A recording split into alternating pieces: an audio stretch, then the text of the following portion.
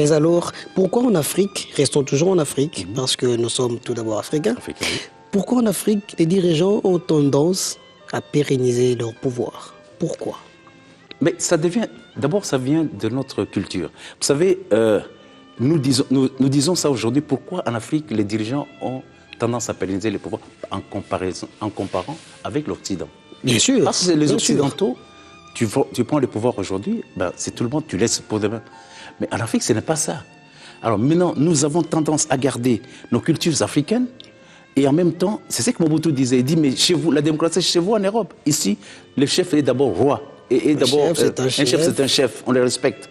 On l'appelle papa. À l'époque, on l'appelait père de la nation. Vous comprenez? Mais ça n'existe pas en Europe, ça n'existe pas dans les autres. Donc c'est lié à la civilisation, à la coutume. C'est lié à notre culture, à nos coutumes. Voilà. Mais maintenant, nous ne savons pas faire cette symbiose entre notre culture, nos coutumes et la direction politique d'un pays. C'est compliqué, ça devient compliqué. C'est là où, pour avoir un dirigeant africain qui se mette facilement en se disant pourquoi il ne peut pas se prendre comme tout le monde. Et pourtant, il est comme tout le monde. Hein. Un dirigeant d'un pays, un président de la République, il est comme tout le monde. C'est monsieur tout le monde. Oui. Vous pouvez l'appeler. C'est vrai que, mais si on se met à l'appeler par 80 millions de personnes, c'est pas évident. Donc, mais je dis bien, il est comme tout le monde. C'est pour cela qu'il demande le suffrage du peuple. Oui. Mais chez nous, en Afrique, c'est différent. Parce que d'abord, il est considéré comme chef coutumier. C'est ça la différence. Il est considéré comme chef coutumier. Un chef coutumier, on ne les vote pas, on les chasse demain. Non. Il est là, il est là, on le respecte jusqu'à vie, vous comprenez. Alors maintenant, c'est-à-dire cette combinaison de deux vies, la colonisation occidentale nous a malheureusement complètement détourné de tout, que ce soit nos cultures, que ce soit nos langues. Nous parlons français. Pourquoi nous parlons français? On aurait dû parler dans nos langues, parce que normalement, quelle est la langue que je maîtrise bien? C'est mon Chiluba natal. Vous parlez bien les Kikongo natal, donc votre langue à vous. Donc normalement, ça devait être dans nos langues où on pouvait s'exprimer facilement. Mais nous avons acquis donc des langues venues de l'extérieur. Ça dénature déjà nos comportements. Oui. Nous avons déjà le mode de vie que nous menons. Donc tout, et même la direction, nous voulons copier. Mais ce qui est fait à l'extérieur, par exemple chez les Afghans, n'est pas nécessairement ce qui marche avec l'occidental. Ce qui est fait chez les Américains ou chez les Anglo-Saxons n'est pas nécessairement ce qui marcherait avec les Zoulous ou bien les Arabes. Donc vous savez, donc chacun dans son petit monde devait avoir son organisation. Maintenant, quand on veut standardiser, c'est pas très évident. C'est pour cela qu'il y a la guerre aujourd'hui qui ne marche pas en Irak. Pourquoi l'imposition de nos amis américains en Afghanistan ne marche pas? Pourquoi la guerre en Irak? Pourquoi en Irak ça n'a pas marché, ça ne marche pas encore? Parce qu'on a voulu imposer un système qui n'est pas le leur. Donc quand on veut qu'un peuple évolue, il faut le laisser dans son mode de vie. Mais si vous voulez qu'il y ait un mode de vie d'emprunt, il y aura des difficultés. Ça sera difficile. C'est ce qui est en train de se passer dans nos pays. Un président s'est mis à la tête, il s'est dit, mais écoute, je suis un Africain, un chef, on le respecte, on l'appelle papa. Oui, il a raison. Mais maintenant, à l'extérieur, on lui dit, mais attention, ton pouvoir, on t'a élu. Mais qui sera le prochain candidat? Mais c'est un sujet à lui.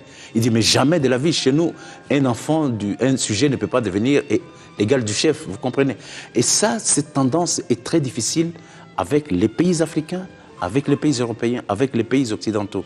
Mais quand on veut standardiser, mondialiser tout, c'est là où la complication s'est faite. L'aliénation est certes un facteur qui contribue à la non-évolution d'un pays. Tel est le cas pour nombreux pays ici en Afrique. Je le dis en 1989, quand j'ai fini mes études à Lyon, j'ai présenté un journal, une émission à la télévision, à la radio.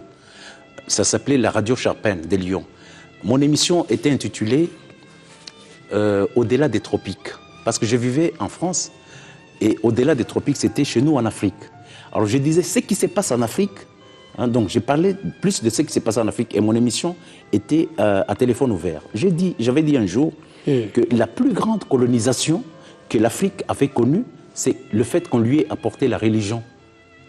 C'est la plus grande, donc c'est-à-dire de tous les maux de la colonisation, la plus mauvaise, c'était le fait de lui avoir amené une religion qui n'est pas à lui, ce n'est pas africain. Qui lui est inculqué. On lui a inculqué une religion. L'islam, ce n'est pas à lui. les christianismes, c'est pas lui. Les judaïsmes, c'est pas lui. Mais l'Africain avait son mode de vie. Mais depuis ce mode de vie-là, depuis qu'on l'a changé, il est complètement désemparé aujourd'hui. On ne sait pas à quel sens c'est voué. Vous allez voir un jeune qui prie, il prie au nom de qui? Il prie, écoute, Saint, je vous demande, vous appelez comment? Vous dites, je m'appelle Grâce.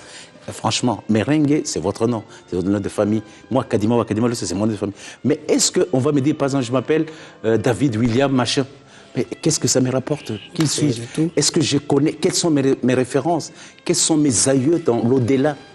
C'est ça. Alors, or, les pays qui, eux, n'ont pas connu spirituellement cette colonisation, sont restés, ils ont évolué comme le Japon, comme les hindous, les pays orientaux.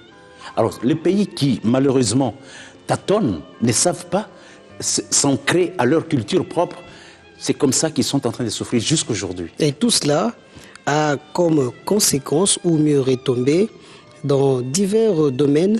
Chez les dirigés, il y a l'insouciance humaine, il y a la crainte de la justice, il y a l'armée qui est désorientée.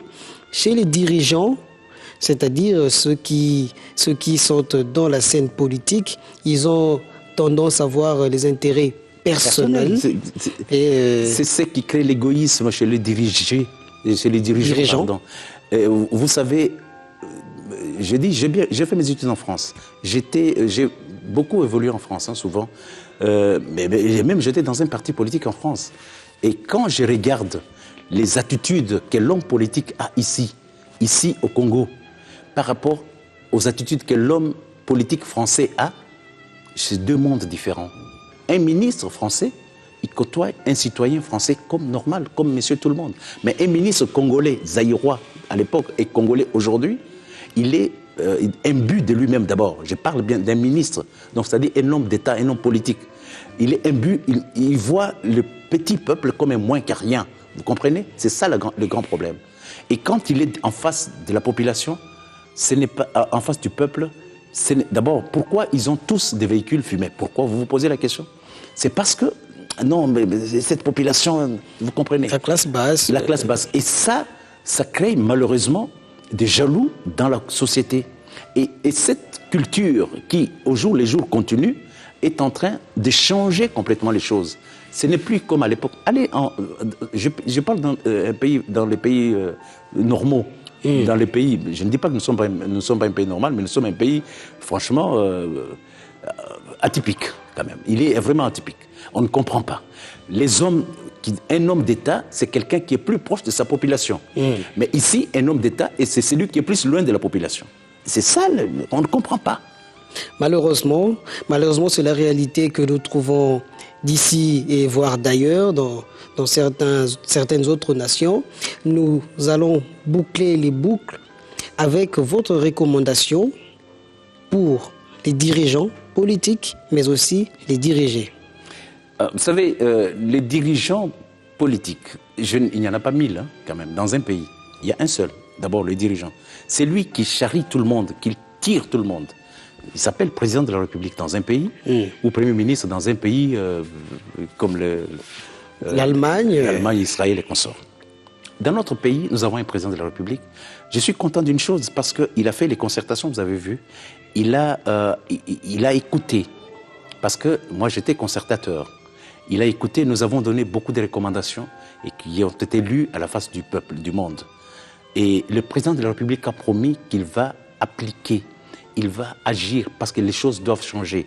Vous savez, le président de la République ici a dit, l'avantage que j'ai trouvé, que j'admire, hein, j'ai dit, bien que je ne sois pas kabyliste, mais j'admire Kabila. J'ai dit que je ne suis pas kabyliste, parce que les kabylistes, c'est ceux qui sont venus avec l'AFDEL et qui nous ont maté sur la tête.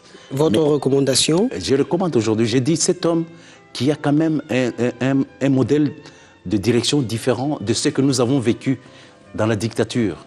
Il a promis qu'il va changer. Il avait dit qu'il avait besoin de personnel nouveau pour travailler. Alors, à l'issue de ces concertations, nous savons qu'il va changer. Et j'ai espoir que tout va changer. Je recommanderais qu'enfin, il ouvre l'œil. La population a besoin de ces changements. La population a besoin de voir un monde nouveau. Nous sommes un pays très riche, comme on le dit toujours, mais potentiellement riche. Mais nous n'avons pas raison de vivre ce que nous vivons. Pour ce qui se passe à l'Est, c'est à lui seul, le président Kabila. Et les dirigés de leur part? Les dirigés de leur part aussi, ils doivent prêter main forte aux dirigeants. Parce qu'il y a toujours une symbiose entre les dirigeants et les dirigés. S'il y a une interaction logique et bonne, je pense que les choses marcheront. Alors nous, les dirigés, nous devons aider, c'est lui qui nous dirige aujourd'hui, M. Kabila, à aider bien, à aller bien de l'avant avec notre pays pour qu'enfin, d'abord, il y ait la paix et puis que le pays se développe. Parce que nous n'avons pas de raison d'être à ce niveau. Justement, bien dit, de part et d'autre, les gens sont saisis, c'en est fini, Madame, Messieurs. Pour Scientifiques de ce jour, nous avons abordé avec vous la science politique. Vous avez compris certainement qu'est-ce que ça signifie, qu'est-ce que cela a de l'importance pour nous. Nous allons nous retrouver à la prochaine. Merci. Merci.